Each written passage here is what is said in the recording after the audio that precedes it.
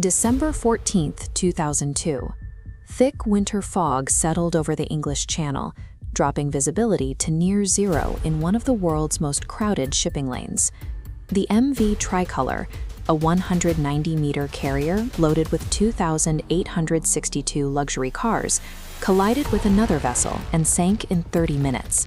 It settled in 30 meters of water, leaving the massive hull resting just beneath the surface.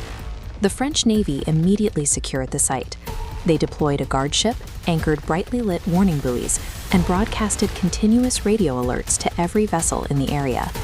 2 days later, the cargo ship Nicola ignored the lights, the guard ship, and the radio warnings, driving directly onto the submerged wreck. On New Year's Day, the tanker Vicky arrived at the same coordinate. It was carrying 70,000 tons of kerosene, enough to trigger a massive environmental disaster, when it also struck the Tricolor's hull. 3 massive ships collided at the exact same point on a heavily monitored maritime highway, despite every modern warning system being active and functional. These accidents stem from a specific, measurable limitation in the very tools designed to prevent them. Radar operates by bouncing signals off surface objects. Because the Tricolor was submerged, water absorbed the radar signals, leaving screens empty. Simultaneously, early identification systems struggled with the channel's density. Overlapping radio frequencies caused localized warnings to be lost in a sea of data. Blinded by the fog, the captains relied on these incomplete digital representations, choosing the clarity of their screens over the reality of the water. Total reliance on these systems creates a dangerous trade-off. We gain efficiency, but lose the ability to see hazards our technology wasn't built to detect. A similar arrogance drives our interactions with the few people who live entirely outside our technological web. In 2018, John Allen Chow traveled to the Bay of Bengal with a specific modern mission.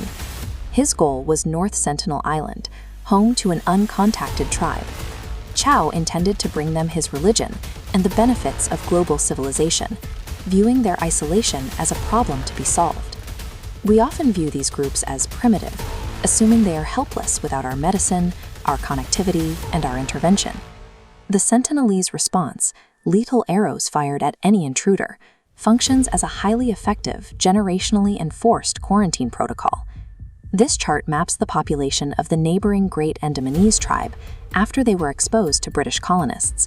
Lacking immunity to common pathogens, their numbers dropped from 8,000 down to 19 in a matter of decades.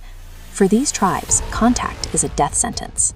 The arrows are a calibrated defense against a biological threat. They have survived for 60,000 years by maintaining one strict rule: total isolation. This survival strategy relies on a level of environmental awareness that puts our radar-equipped ships to shame.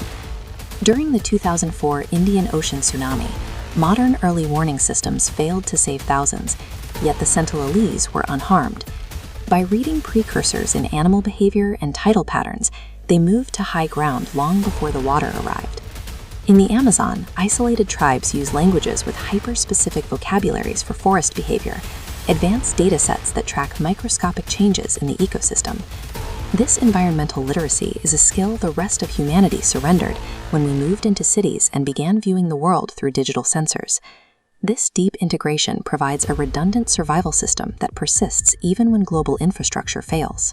While technology has blind spots, its mechanical power remains a vital tool for correcting errors, as seen in the effort to clear the English Channel.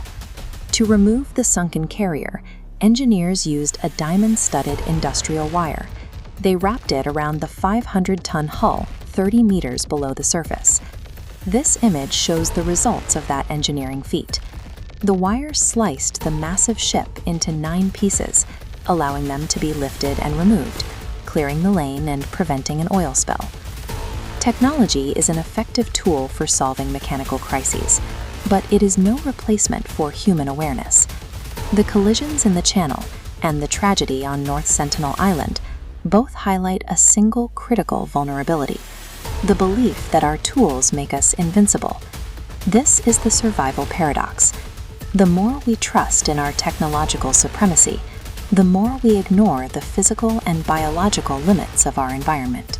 Survival relies on recognizing boundaries.